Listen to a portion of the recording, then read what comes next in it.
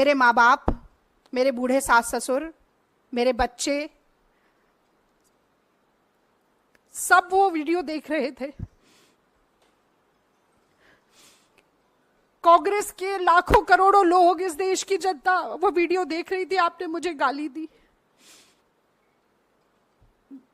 सिर्फ इसलिए कि मैं ईमानदारी से अपनी पार्टी का काम कर रही हूँ, इसलिए कि मैं ईमानदारी से अपनी पार्टी का काम कर रही हूँ।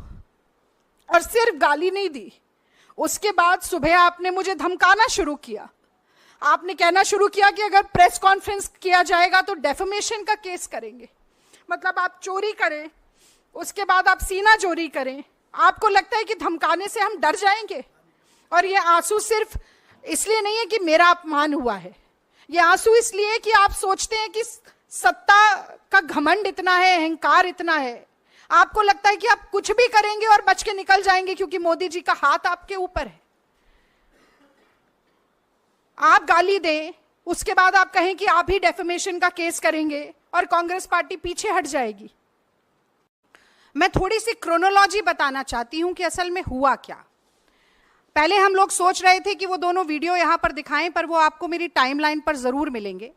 ये वाकया है 4 जून का, जिस दिन नतीजे लोकसभा चुनाव के सामने आ रहे थे और मैं यहीं एआईसीसी के प्रांगण में बैठकर इंडिया टीवी पर बहस कर रही थी। अब होता ऐसा है कि अगर एंकर और प्रवक्ता साथ में बोल रहे हों, कांग्रेस की बढ़ती हुई टैली को देखकर गर्मजोशी का माहौल हो, शोर शराबा हो और टीवी स्क्रीन सामने ना हो, तो अक्सर बुदबुदाकर या धीरे से अगर कोई बात कही जाती है तो वो सुनाई नहीं दे पाती। उस दिन मैं नहीं सुन पाई, मेरे सामने टीवी स्क्रीन भी नहीं थी। फिर ये वीडियो अचानक से वायरल होना शुरू हुआ। कल मेरे और पवन खेड़ा जी के संज्ञान में हमारे कुछ कांग्रेस के कार्यकर्ताओं ने भी, और ट्विटर यानी कि एक्स, पहले ट्विटर कहा जाता था, उस प्लेटफॉर्म पर भी हमें कई लोगों ने ये वीडियो भेजा।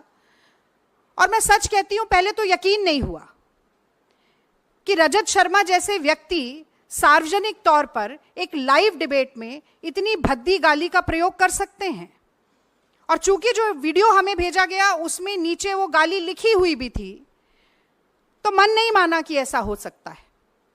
हम इंडिया टीवी के प्लेटफॉर्म पर गए, वहां से जो उन्होंने खुद फुटेज डाली थी उस फुटेज को निकाला, उस फुटेज की उस क्लिप को निकाला जिसमें ये वाकया घटित हो रहा है।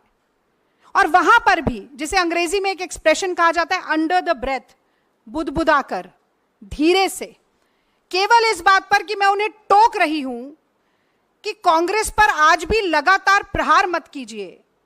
शायद मोदी जी की घटते हुई संख्या और कांग्रेस की बढ़ती हुई संख्या को देखकर झुंझला इतना गए कि उन्होंने वो गाली दी। और अब मैं एक नारी के तौर पर भी, एक भारतीय महिला के तौर पर, मैं ये जानना चाहती हूं रजत शर्मा जी से कि ये बात सिर्फ एक रागिनी नायक की नहीं है। मैं 10 साल से ईमानदारी से अपनी पार्टी का पक्ष टीवी पर रख रही हूं।